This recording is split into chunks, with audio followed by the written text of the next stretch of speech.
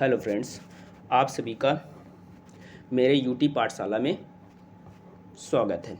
आज हम लोग मार्च महीने से संबंधित कुछ महत्वपूर्ण करंट के प्रश्नों को सॉल्व करेंगे। तो आज का पहला प्रश्न दिया गया है, जर्मन संस्था ट्रांसपेरेंसी इंटरनेशनल को भ्रष्टाचार बोध सूचकांक 2025 के आधार पर किस देश में वर्ष 2025 में भ्रष्टाचार का सबसे कम स्तर आकलित किया गया है। तो इसमें विकल्प दिए गए हैं अमेरिका, डेनमार्क, स्विट्जरलैंड और नॉर्वे। जर्मनी की जो संस्था है ट्रांसपेरेंसी इंटरनेशनल, तो ये क्या करती है, विभिन्न देशों में भ्रष्टाचार का स्तर आकलित करती है। तो 2025 के लिए इसने अभी रिपोर्ट जारी की है, तो जिसमें डेनमार्क ने पहला स्थान हासिल किया है। तो डेनमार्क ने पहला स्थान हासिल किया है, इसका स्कोर है 89 इसका स्कोर है। तो इस देश में सबसे कम भ्रष्टाचार पाया गया है। इसी प्रकार से दूसरे स्थान पर है फिनलैंड। तो फिनलैंड ने दूसरा स्थान हासिल किया है, इसका स्कोर है 88। इसी प्रकार से इसी भ्रष्टाचार रिपोर्ट में भारत का जो स्थान है वो है 91, स्कोर है 39। बढ़ते हैं अगले प्रश्न की तरफ। अगला प्रश्न दिया गया है विपणन सत्र 2026-27 के लिए कच्चे जूट के न्यूनतम समर्थन मूल्य में कितने रुपए की प्रति कुंटल की दर से वृद्धि की गई है। तो इसमें विकल्प दिए गए हैं 50 रुपये, 150 रुपये, 175 रुपये और 275 रुपये। अभी हाल ही में जूट के न्यूनतम समर्थन मूल्य में वृद्धि की गई है, तो जिसमें वृद्धि की गई है 275 रुपये। तो वर्तमान में क्या है, जूट का न्यूनतम समर्थन मूल्य हो गया है 5925 रुपये। तो 5925 रुपये वर्तमान में जूट का न्यूनतम समर्थन मूल्य है। तो इससे पहले जो न्यूनतम समर्थन मूल्य था वो था 5650 रुपये। 5650 रुपये में 275 रुपये की वृद्धि की गई है। तो वर्तमान में 5925 रुपये जूट का न्यूनतम समर्थन मूल्य। तो इसमें सही विकल्प हो जाएगा डी विकल्प। बढ़ते हैं अगले प्रश्न की तरफ। अगला प्रश्न दिया गया है, भारतीय वायुसेना के लिए राफेल विमान किस देश से खरीदने की रक्षा मंत्रालय की योजना है। इसमें विकल्प दिए गए हैं अमेरिका, फ्रांस, इटली और यूक्रेन। तो इसमें सही आंसर है विकल्प बी, फ्रांस। तो भारतीय जो रक्षा मंत्रालय है उसने फ्रांस के साथ रक्षा से संबंधित कुछ लड़ाकू विमानों को खरीदने की एमओयू पर हस्ताक्षर किए हैं। तो जिसमें लगभग 114 राफेल विमान खरीदे जाएंगे। तो राफेल विमान फ्रांस से खरीदे जाएंगे जिनकी संख्या होगी 114। बढ़ते हैं अगले प्रश्न की तरफ। अगला प्रश्न दिया गया है, फरवरी 2026 में मौद्रिक नीति की 2025-26 की अंतिम द्वैमासिक समीक्षा में निम्नलिखित में से किस अनुपात में 0.25% बिंदु की कटौती की गई है। तो इसमें विकल्प दिए गए हैं रेपो दर, बैंक दर, नगद आरक्षण अनुपात। चौथा विकल्प दिया गया है उपर्युक्त में से कोई नहीं।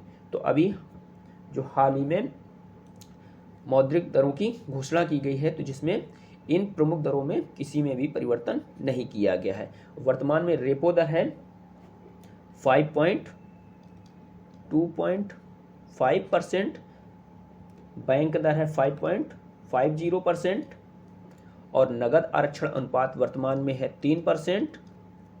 इसी प्रकार से एसएलआर वर्तमान में है 18%। तो ये क्या है, बैंक की प्रमुख दरें हैं। तो इसमें राइट आंसर हो जाएगा विकल्प डी, किसी में भी परिवर्तन नहीं किया गया है। बढ़ते हैं अगले प्रश्न की तरफ। अगला प्रश्न दिया गया है वित्तीय वर्ष 2025-26 की अंतिम द्वैमासिक समीक्षा जो की गई है 6 फरवरी व बाद की स्थिति में बैंकों के लिए नगद आरक्षण अनुपात कितना है। तो इससे पहले अभी हमने बताया कि जो CRR है तो ये क्या है, वर्तमान में 3% है। तो राइट आंसर हो जाएगा विकल्प ए। बढ़ते हैं अगले प्रश्न की तरफ। अगला प्रश्न दिया गया है भारत में स्थिर मूल्यों पर राष्ट्रीय आय के आकलन के लिए आधार वर्ष क्या है।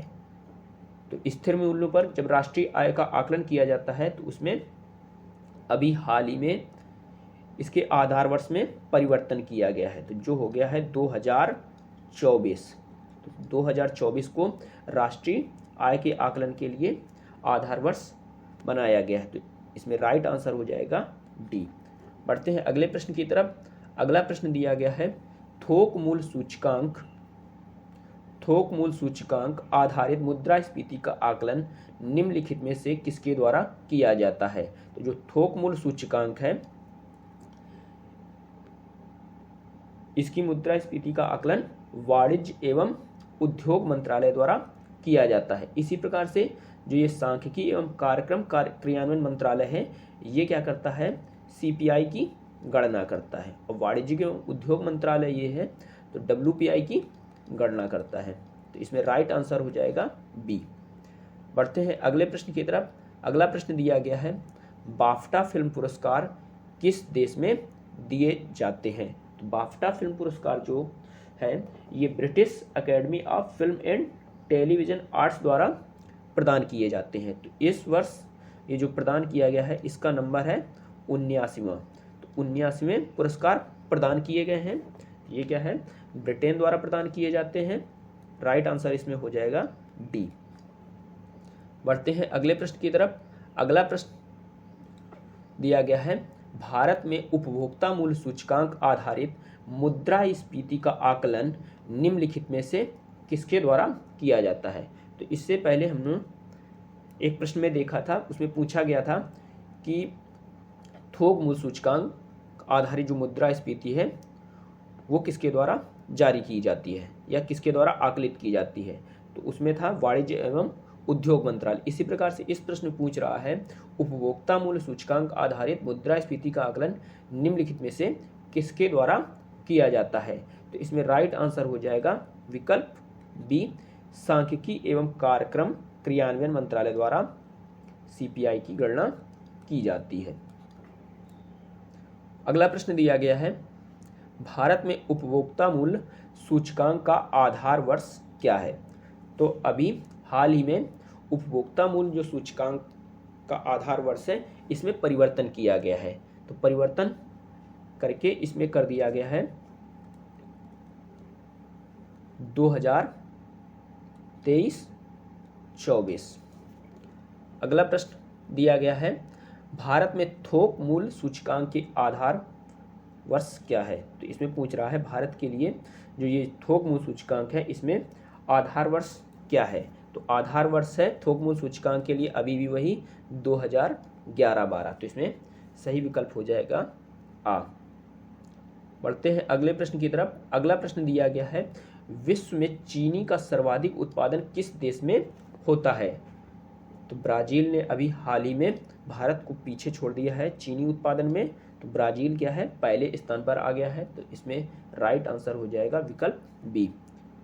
अगला प्रश्न दिया गया है वित्तीय वर्ष 2025 में किस देश से भारत में वस्तुगत आयात सर्वाधिक थे। तो इसमें विकल्प है अमेरिका, संयुक्त अरब अमीरात, चीन और ईरान।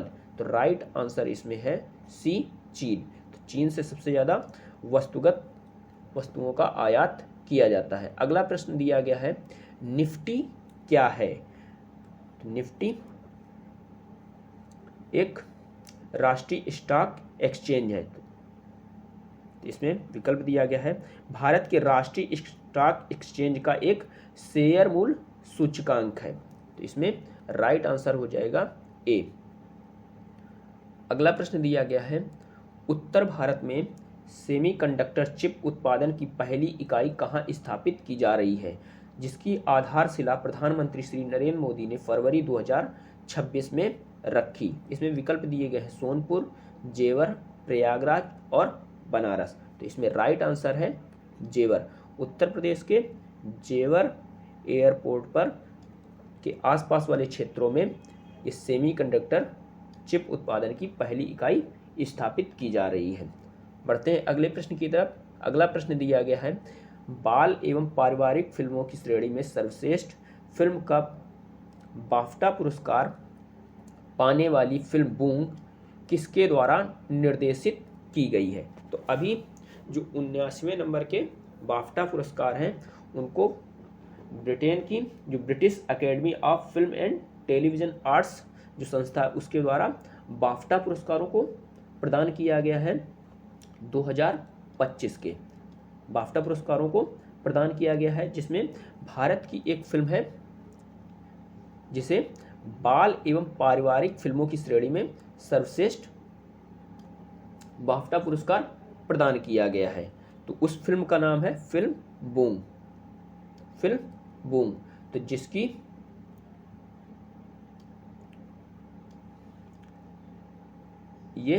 इसको निर्देशित किया है लक्ष्मी प्रिया देवी ने, और इसके निर्माता हैं फरहान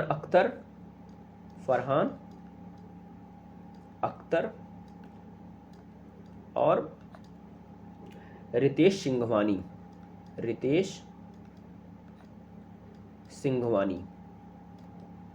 इसके निर्माता हैं इस फिल्म के, और इसकी निर्देशिका है लक्ष्मी प्रिया देवी। तो राइट आंसर हो जाएगा इसमें सी।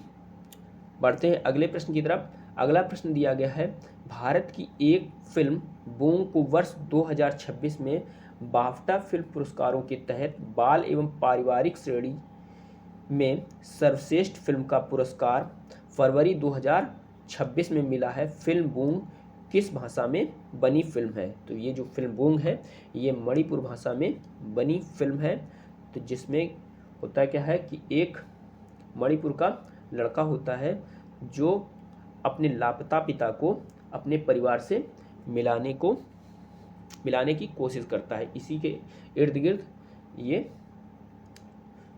जो फिल्म है इसकी स्टोरी है। तो इसमें राइट आंसर है विकल्प सी। अगला प्रश्न दिया गया है, कृषिगत उपजों का न्यूनतम समर्थन मूल्य उपज की औसत उत्पादन लागत का कम से कम कितने प्रतिशत रखने की सरकार की नीति वर्तमान में है। तो जो सरकार है उसकी जो नीति है वर्तमान में वो कृषि उपजों के लगभग 150% पर न्यूनतम समर्थन मूल्य या न्यूनतम समर्थन जो उपज है उसको निर्धारित किया गया है। तो इसमें राइट आंसर हो जाएगा सी। अगला प्रश्न दिया गया है, भारत में राष्ट्रीय आय संबंधी आंकड़ों का औपचारिक आकलन किसके द्वारा किया जाता है। तो राष्ट्रीय आय संबंधी जो आंकड़े हैं वो किसके द्वारा आकलित किए जाते हैं। तो सांख्यिकी एवं कार्यक्रम क्रियान्वयन मंत्रालय द्वारा राष्ट्रीय आय से संबंधित आंकड़े जारी किए जाते हैं। विकल्प बी सही है। आज का अंतिम प्रश्न है, फरवरी 2026 की स्थिति के अनुसार निम्नलिखित में से किस वाणिज्यिक बैंक की भारत में सर्वाधिक शाखाएं हैं। तो भारत में सर्वाधिक शाखाएं हैं एसबीआई की, यानी भारतीय स्टेट बैंक की। तो ये रहे आज के 20 महत्वपूर्ण करंट अफेयर से संबंधित प्रश्न। तो वीडियो अच्छा लगा हो तो वीडियो को सभी लोग लाइक करें, कमेंट करें, साथ ही साथ चैनल को भी सब्सक्राइब कर लीजिए आप सभी लोग। बहुत बहुत धन्यवाद।